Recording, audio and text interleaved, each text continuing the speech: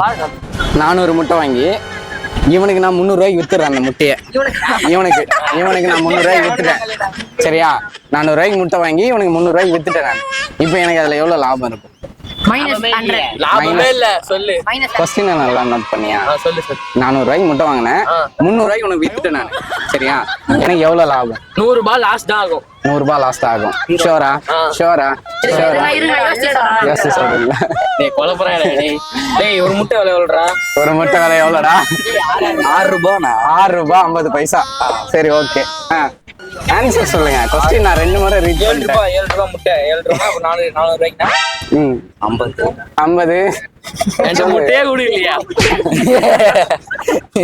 அவன்கிட்ட நான் முட்டையே கொடுக்கலன்றான்டா அவன்.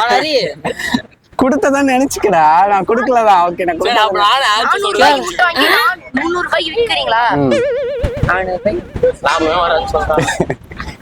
ஓகே. டாஸ்க் ரொம்ப ரிஸ்கா இருக்கா? லாபம் வராது. சரி, உங்களுக்கு யாருன்னா தெரிஞ்சதுன்னா கமெண்ட் பண்ணுங்க. லாபம் வராது.